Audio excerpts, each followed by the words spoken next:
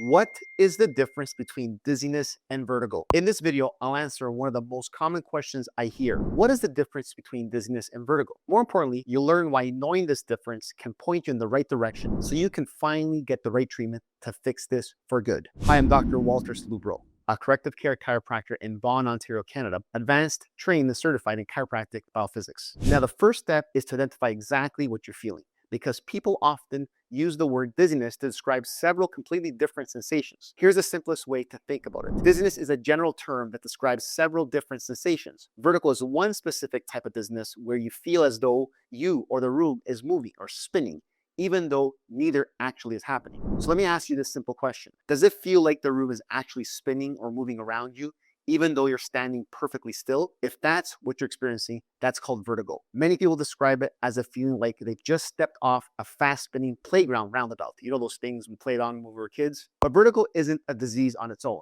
It's a symptom, and one of the most common types of dizziness. One of the most common causes of this condition is called benign paroxysmal positional vertigo, or BPPV, which we'll talk about in much more detail in the next video. But for now, what's important to know is that vertigo usually points to a problem with the balance system in your inner ear. Now, let me ask you this question. Is your dizziness more of a lightheaded feeling? Maybe you feel faint, spaced out, or as though you might pass out even if you don't sit down. That's still dizziness, but it's a different type. It's more commonly related to what's happening throughout the rest of your body, such as dehydration, low blood pressure, possibly vasovagal syncope, or low blood sugar, heart conditions, or even certain types of medications can trigger that. Now, there's one more type that's often overlooked. You don't feel like the room is spinning, and you don't feel like you're about to faint. Instead, you feel unsteady on your feet, almost as if you're walking on the deck of a moving boat. This can happen when your brain isn't getting accurate information about where your body is positioned in space. And one place those signals come from is your neck, especially the upper cervical part of your neck. When those signals aren't working properly, they can contribute to a condition called cervicogenic dizziness, which means dizziness coming from the neck region. And we'll come back to that in a moment. Now, although people often use the single word dizziness to describe all three sensations, they're very different problems with very different causes and also very different solutions and treatments. That's why one of the first questions I ask my patients isn't just, are you dizzy? It's, what does your dizziness actually feel like? The answer to that question often tells us where we should be looking at to solve this problem.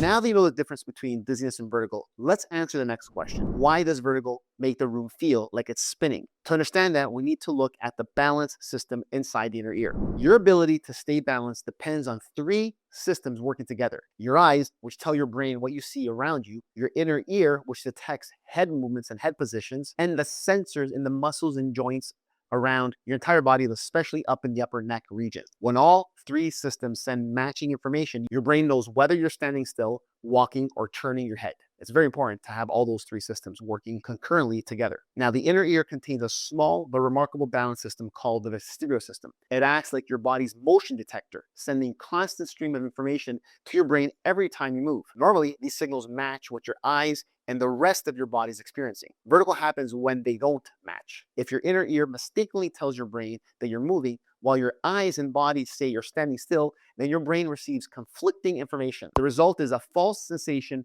that either you or the room is spinning, even though neither one of those things are actually happening or moving. One of the most common reasons this happens is a condition called benign paroxysmal positional vertigo, or BPPV. Tiny crystals inside the inner ear become displaced and interfere with the normal movement signals. Now, in the next video, I'll explain exactly why this happens and how it can often be treated with simple repositioning maneuvers like the Epley maneuver. Now, most cases of vertigo are not life-threatening or urgent emergency situations, but there are times when dizziness or vertigo can be a sign of something more serious, and you need to know this. Seek emergency medical care right away if your dizziness or vertigo is accompanied by double vision, difficulty speaking, difficulty swallowing, severe trouble walking or staying balanced, like you're literally falling down, or sudden weakness or numbness in one side of your body. These symptoms could point to a problem affecting the brain rather than the inner ear. So you should also seek immediate medical attention if you develop a sudden severe headache, unlike anything you've ever experienced before, lose consciousness, or have persistent chest pain or shortness of breath.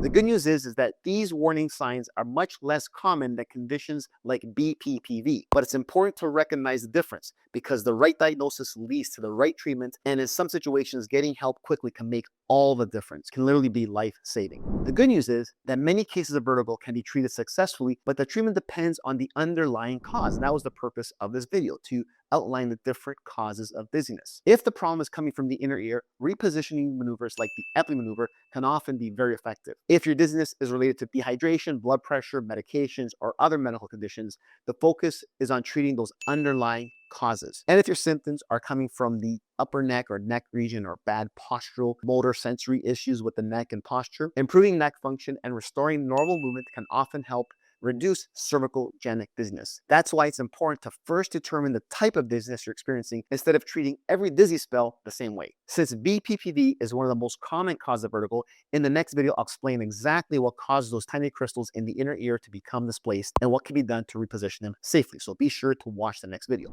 The good news is that many cases of vertigo can be successfully treated once the underlying cause is identified. The key is getting the right diagnosis instead of simply trying to manage the symptoms. So this is not something you have to live with. You don't have to expect that the room is spinning and you have to deal with this all the time. It can be resolved. And if you found this video helpful, do subscribe to my channel. Click on the notification bell. Like this, you'll miss out on these videos because I'm going to create an entire series of videos on vertigo, dizziness, balance disorders, and how we can improve this with structural corrective care. Now, the next video I want you to watch in this series is this video right here. Loose ear rocks, the weird cause of vertigo. You learn exactly what these tiny calcium crystals actually are, why they become displaced, and why something as simple as rolling over in bed or looking up suddenly can make the whole room spin. Understanding the cause is the first step towards finding the right treatment. So go watch this video right now, right here.